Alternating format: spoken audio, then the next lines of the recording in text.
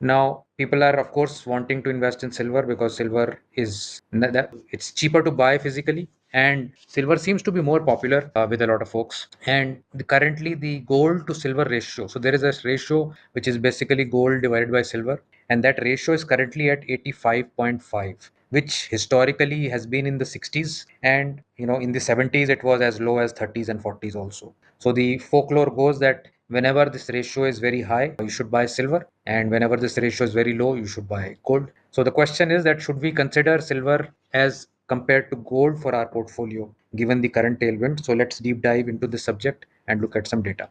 So we all know the reasons for the why gold is rising, right? Central banks are buying, and there is a sort of a monetary system change that is happening in front of us. And silver is also recently rising. From the start of this calendar year, gold is up 43% and silver is up 47% in INR terms, which is this statistic itself is going to surprise many folks, but that's what the data is. If we talk about the last 50 plus years, gold and silver in rupee terms have had a very high correlation of 0.71.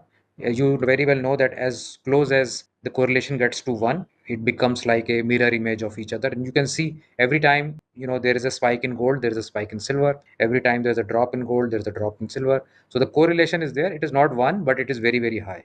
So silver tends to follow gold, and with a extreme volatility behind it.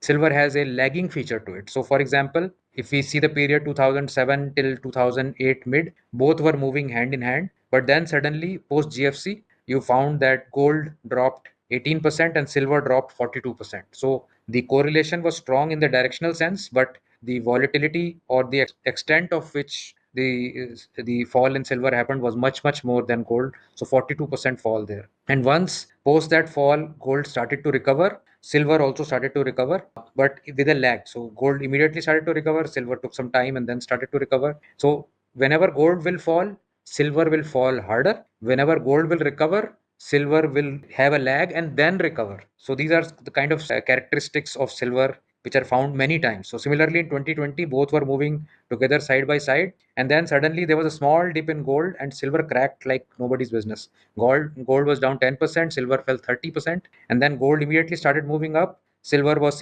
simmering around here, and then there was a huge catch up wave that happened in silver, and it actually did more than gold in that period.